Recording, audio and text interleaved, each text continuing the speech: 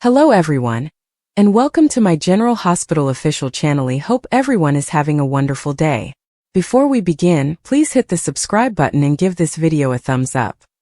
According to General Hospital teasers, Sasha Gilmore Corbin is on the verge of an emotional breakdown in Port Charles, having recently given birth to her baby, Daisy, with Michael Corinthos. Haunted by the loss of her son Liam in 2021, Sasha's hormone-fueled anxiety is escalating, exacerbated by a scary hospital nursery event in which Daisy was discovered turned about in her cot, wearing different attire circumstances Sasha cannot explain. As rumors of foul play circulate, possibly related to Jen Sidwell's plans or Drew Quartermain's grudge, will these upsetting occurrences lead Sasha into a postpartum mental breakdown?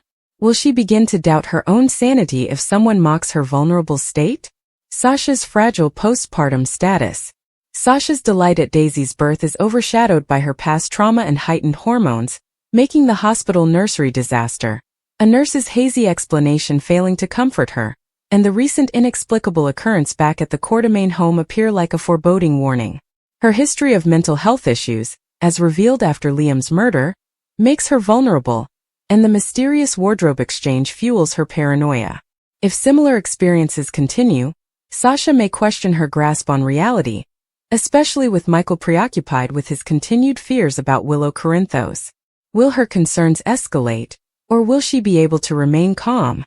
Is Sasha being targeted? The nursery blunder raises concerns of intentional manipulation. Sidwell, in conflict with Sonny Corinthos, may target Sasha in order to target Michael. Meanwhile, Drew, who is furious about losing custody of Willow to Michael, may use subtle gaslighting to undermine his bond with Sasha. Daisy may also be at risk. A sinister individual such as a hospital employee linked to Sidwell could be behind the crib incident, attempting to push Sasha into a breakdown. Sasha's growing distrust of herself may blind her to the truth. Is someone using her emotions? Or is this a sad coincidence? A spiral or a fight for clarity? Daisy's safety absorbs Sasha, threatening her mental sanity. If other incomprehensible incidents accumulate, such as a misplaced baby blanket or a strange visitor, she may withdraw inside, fearing a postpartum collapse. Nina Reeves and Felicia Scorpio could give assistance, but Sasha's past trauma may cause her to question their abilities. Is Sasha on the verge of postpartum madness as a nefarious figure manipulates her emotions, or can she overcome her concerns to protect Daisy and discover the truth behind the nursery mystery?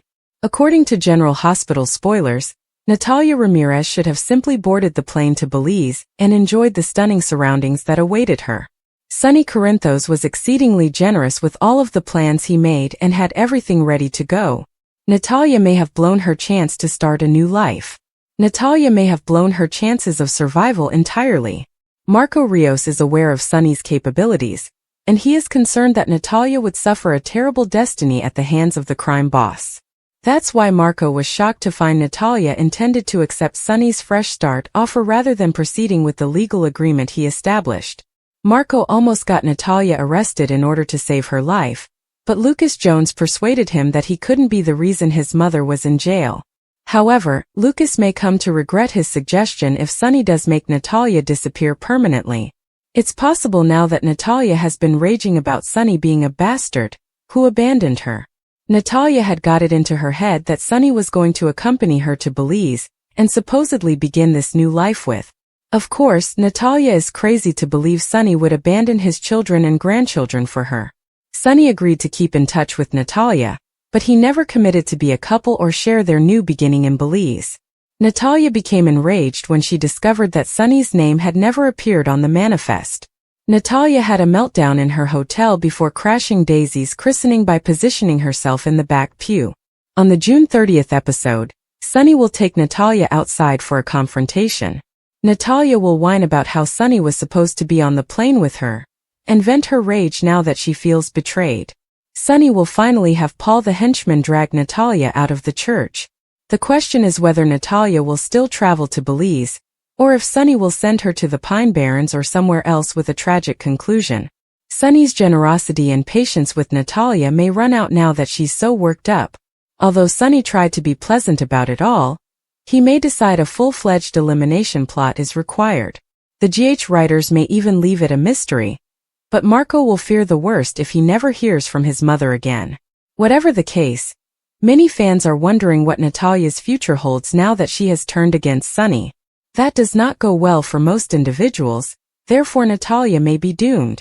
According to General Hospital spoilers, Sunny may change his intentions for Natalia, so keep an eye out for any unpleasant news.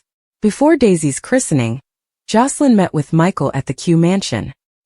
He wanted the opportunity to explain why she was not going to be Daisy's godmother. Joss thought Felicia and Jason were great options and pledged to be there for Daisy in the same way Jason had always been there for her. Joss went on to tell Michael how much he had been there for her, and how while he was in Germany, she felt like the family's heart and anchor had gone away. Michael said it sounded like they stayed busy while he was away, and he wanted her to tell him everything about Easter Island and the internship. She avoided telling him anything for the time being, claiming they'd catch up over lunch. Michael informed her that the children missed their mother, and that Willow and Drew were planned to marry. Joss was upset but not startled, and she didn't want Willow's actions to ruin what should have been a really memorable day. Felicia and Sasha were eagerly awaiting the next ceremony in the kitchen, but Felicia was still perplexed as to why Sasha had previously informed everyone that Jason was Daisy's father. Sasha emphasized that she did not want her child drawn into Michael's problems. Sasha was once again thanking Cody for becoming a part of the Scorpio family when he stepped up carrying a massive plush elephant. The stuffed elephant came from Robert and Holly, who were obviously not going to be present. Sasha confirmed that she had been sending a lot of images, but had largely communicated with Robert and less with Holly. Felicia left to get Daisy after hearing her cry on the monitor. Cody and Sasha took a few moments to catch up. He could tell Sasha was concerned during their conversation.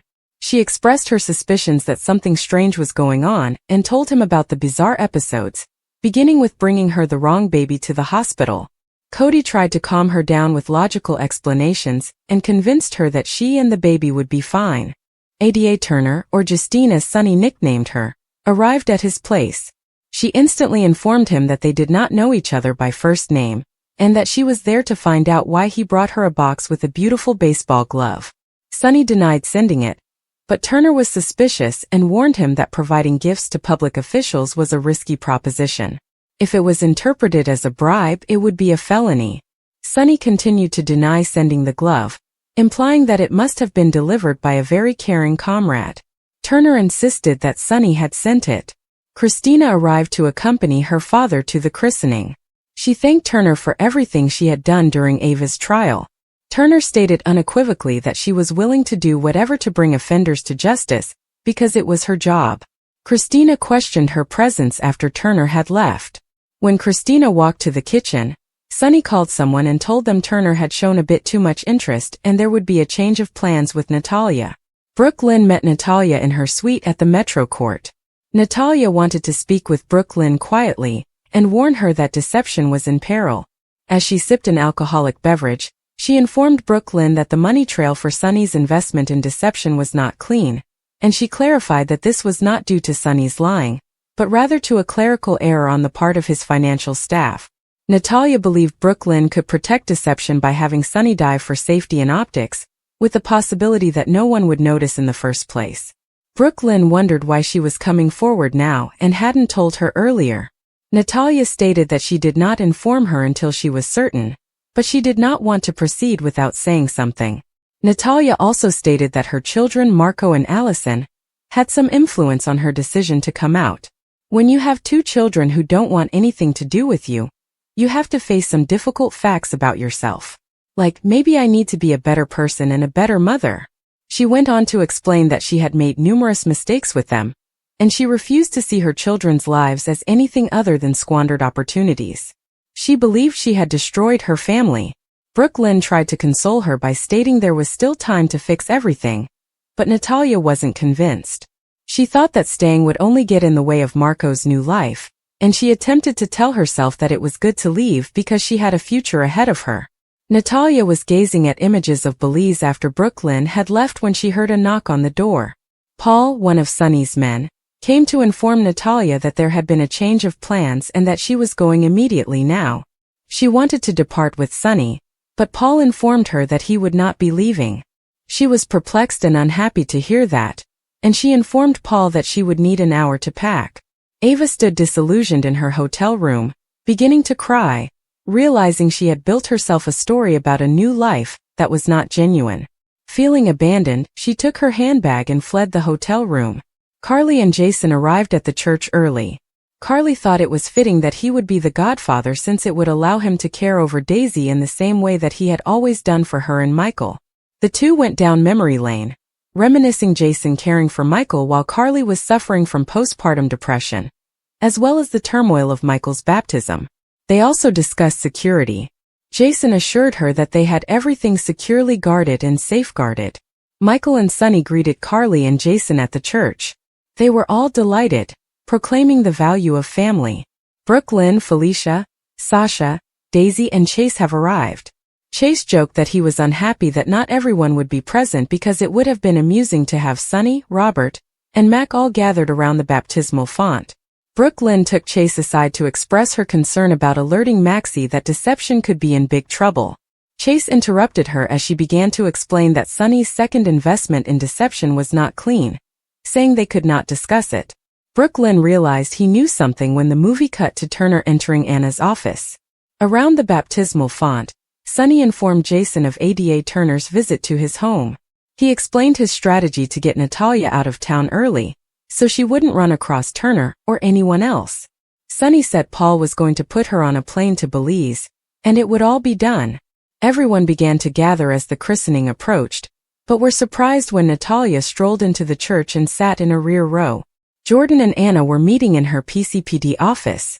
After Anna finished calling to request a warrant for today, she and Jordan discussed Curtis and Portia. Jordan described her confrontation at the Metro Court pool, where Portia poured iced tea at her. Jordan believed it was always Portia's way to be dramatic and produce a spectacle, but admitted Portia may not be overreacting in this situation because she continued to harbor a flame for Curtis. She said Curtis had requested her to come to his Aurora office today, but she prayed she could resolve the struggle between her mind and her heart before she arrived. Her heart desires Curtis, but her mind does not want to do to Portia's marriage what she believes Portia did to her own. Anna assumed Curtis felt the same way as Jordan, but she should have an open and honest chat with him about everything. Jordan was unsure she could be around him anymore. Anna was browsing through files after Jordan had departed. She called ADA Turner and informed her that an issue had arisen in a file that needed to be addressed right away. When Turner arrived, Anna showed her a file intended for Chase that had unintentionally dropped on her desk. It was a case file involving Sunny, from which Turner had removed Anna and Dante. Anna stated that she had seen enough of the file to know that everything needed to stop right now and informed Turner that she would not be permitted to conduct an investigation through her department and employ her police while excluding her. Turner claimed she omitted Anna because she couldn't trust her when it came to dealing with Sunny. Anna advised her that if she didn't trust her, she shouldn't end-run her and instead go to internal affairs, to which Turner agreed. Portia approached Curtis at his Aurora office, hoping to discuss. Curtis believed it wasn't a good moment, but Portia was curious. Was he helping her with Drew to salvage their marriage? Or was he using it as a pretext to get her out of trouble so he could leave her for good? Curtis stated that all he wanted was for her to be free of Drew, and for him to lose any power over her. Whatever was going on between them was not high on his priority list. Indignant, Portia demanded that he move them up his list, because she did not want to be stuck in limbo forever waiting to see if he believed their marriage was worth fighting for. Portia stated that she was willing to fight for their marriage, even though he may not be. Curtis told Portia that he didn't want to keep her in limbo, but if they got into it right now, she wouldn't like what he said. I may not like it, but I'd like to hear it. I need to, she replied. Curtis believed Drew would never have pursued her if he hadn't had a falling out with her, but he also felt they wouldn't be in this predicament if she hadn't lied. He chastised Portia for not fulfilling her commitment not to lie to him again. He was upset, deceived, and surprised that she was so naive to place their family in this situation. Portia appreciated what he had to say, but also wanted to express her own ideas. She claimed she knew a little about being hurt and betrayed because he continued bringing up Trina, despite the fact that they had dealt with it a long time before.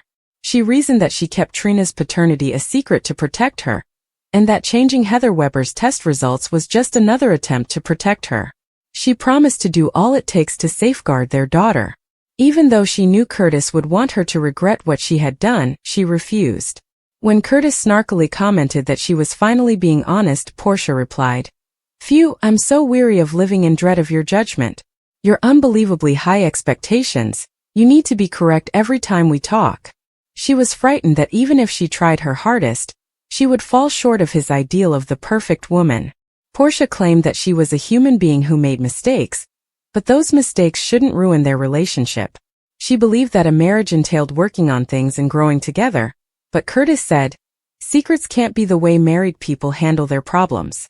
When he told her she couldn't keep secrets from him, she reminded him that he didn't tell her about his plot with Michael to take Drew down, which is what started everything in the first place. When he expressed regret for what he had started with Drew, she told him to preserve it. She wanted some understanding. Curtis felt he was already showing her empathy, but Portia believed Curtis perceived what he did as distinct from what she did. He said, "Because there are differences."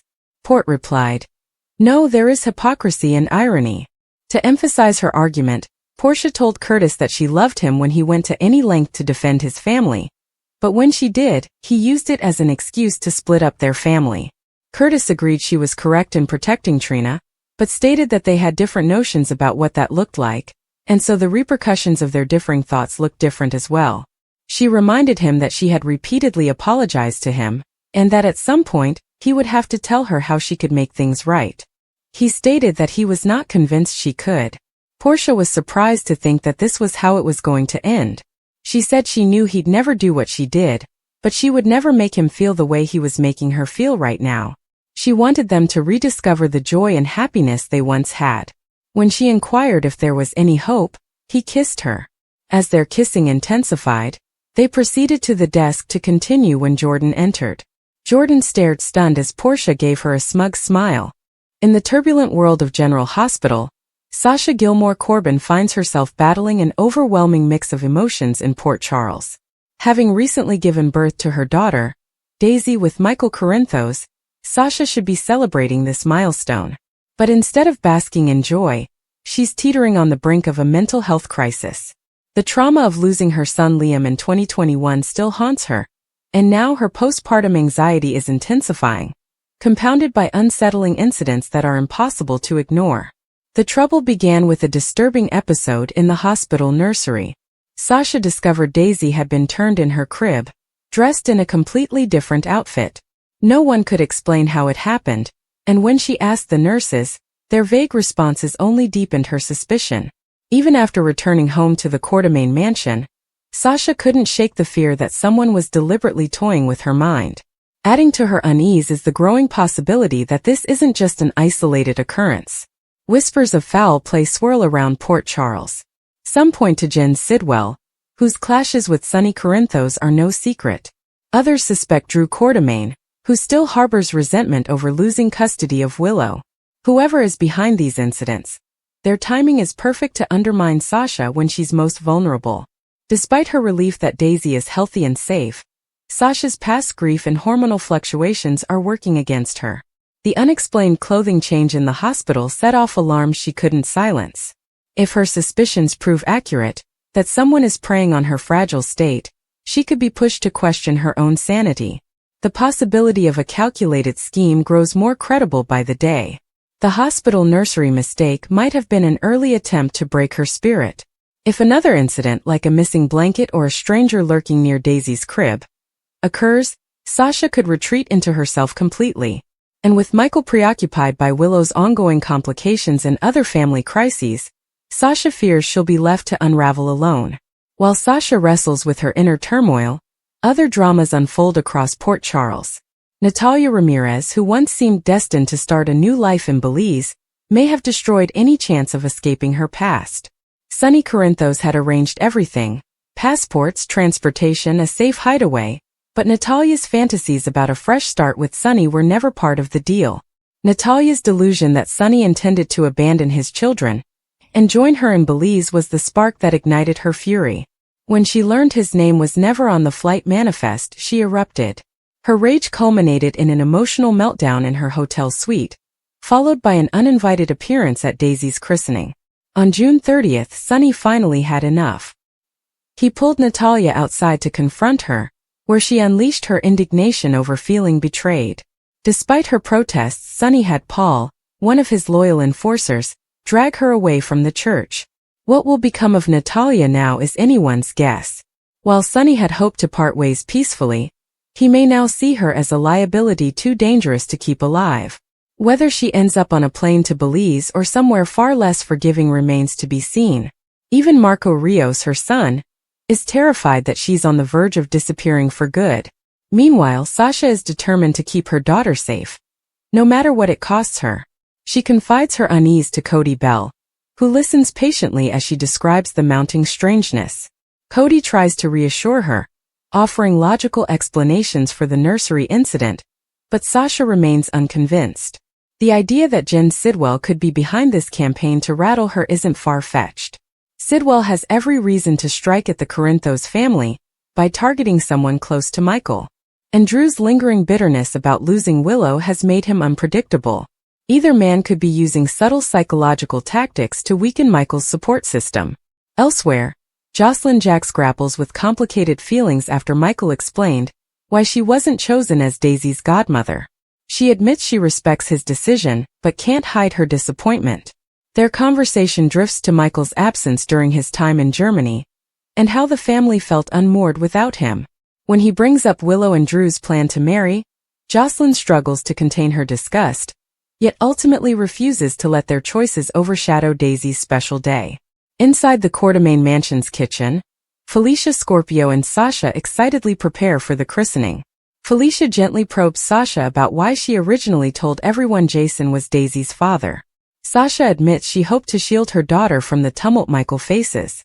Their tender moment is interrupted when Cody arrives, carrying a stuffed elephant from Robert and Holly. After Felicia steps away to check on Daisy, Cody senses Sasha's distress. She confesses that something feels profoundly wrong, that the hospital incident wasn't an isolated mishap. Cody tries to soothe her fears with plausible scenarios, but Sasha can't shake the conviction that her instincts are right. While all this unfolds, Assistant District Attorney Justine Turner pays Sunny an unannounced visit.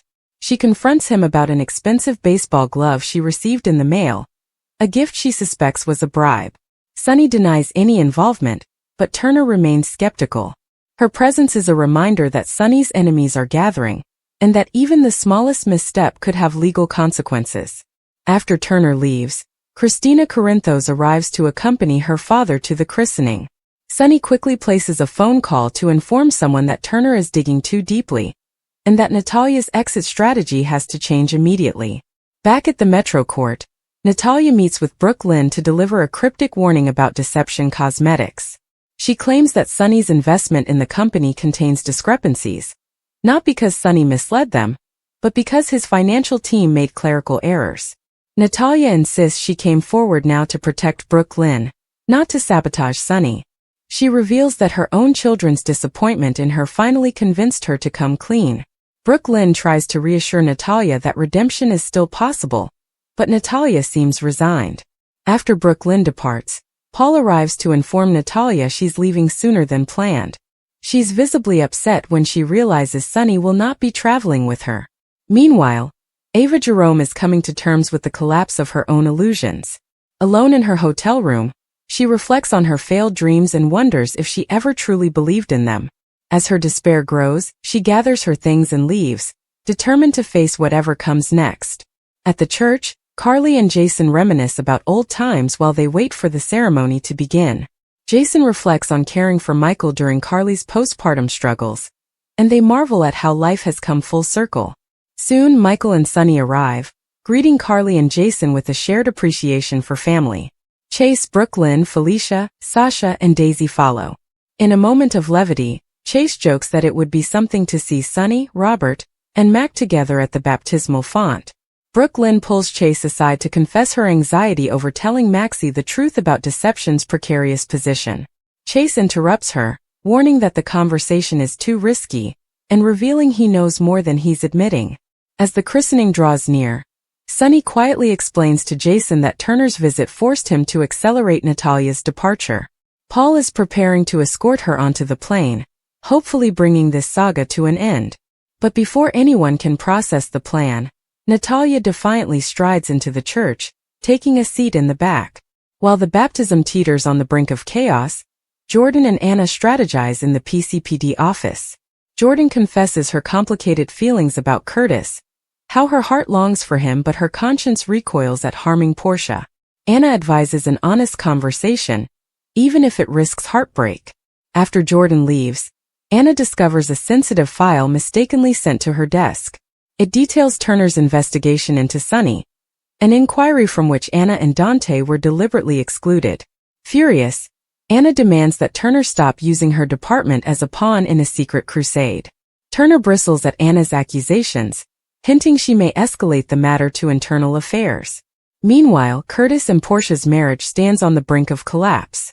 Portia confronts Curtis, demanding to know whether his efforts to free her from Drew's blackmail are genuine, or just a way to justify leaving her.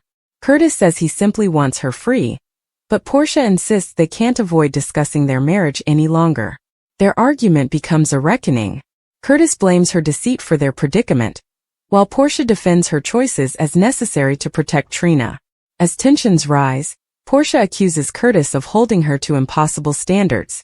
He counters that trust can't survive endless secrets. Their bitter exchange culminates in a surprising kiss, only to be interrupted by Jordan, who arrives just in time to witness their passionate entanglement. If you'd like the rest expanded further to complete a full 3,000-word treatment, I can continue weaving in additional detail, character reflection, and speculation. Just let me know. Sasha's postpartum terror.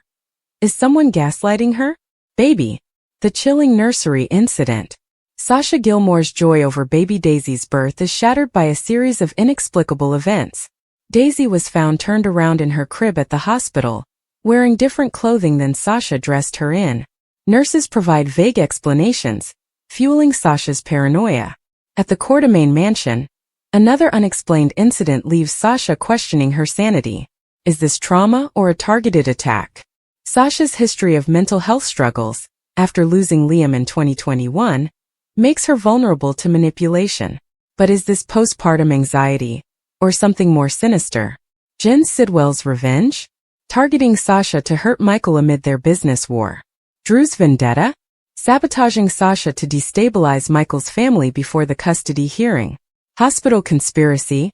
A staffer could be working for an enemy, altering records, or even swapping Daisy. Sasha's breaking point. She confides in Cody, who tries to reassure her, but even he suspects foul play. Felicia and Nina offer support, but Sasha's trust is eroding. Michael is distracted by Willow's custody battle, leaving Sasha isolated in her fear. Will Sasha spiral into a full breakdown? Or will she uncover a terrifying plot against her baby? Skull Natalia's fatal mistake. Crossing Sonny Corinthos' skull. You were supposed to come with me. Natalia Ramirez misinterpreted Sonny's fresh start offer. She thought he'd join her in Belize. When she realizes he never intended to go, she loses control. Crashes Daisy's christening, causing a scene in the church. Screams at Sonny for abandoning her, forcing him to have her dragged out by Paul. Marco's warning. He nearly had her arrested to save her life, but now it may be too late. Sonny's ruthless decision. Originally, Natalia was getting a one-way ticket to Belize. Now, Sonny changes plans, hinting at a more permanent solution. Will she disappear forever? Marco may soon realize his mother isn't coming back. Prediction. Natalia's fate will be left ambiguous, but Port Charles's history suggests she won't survive Sonny's wrath.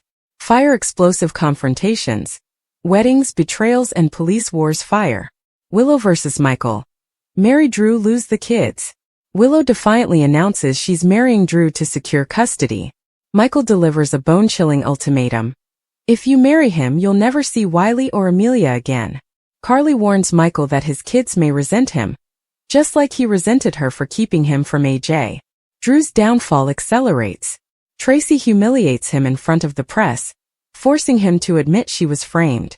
Kai betrays Curtis, revealing his plan to use Jacinda against Drew. Martin is fired after the disastrous press conference. Jordan versus Portia. Marriage on the brink. Portia throws a drink in Jordan's face after accusing her of stealing Curtis.